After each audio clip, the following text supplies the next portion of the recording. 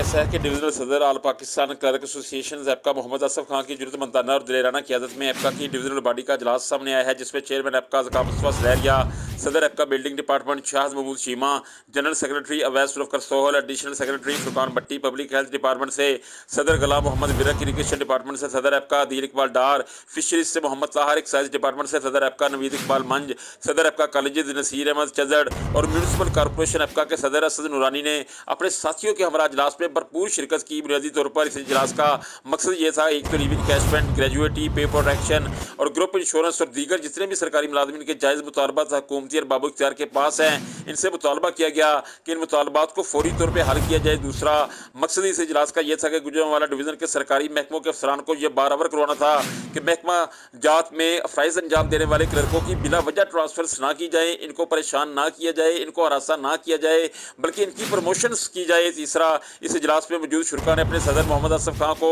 अपने मसाइल से भी आगाह किया, जिस पर इनको इनके मसाइल हल करवाने की यकीन दहानी करवाई गई। इजलास के इख्तिताम पर डिवीज़न भर से अपने सदूर के हमरा आए हुए एप्का के कारकुनान की बेहतरीन और पुरतकल्लफ खाने से तवादे भी की गई। जी।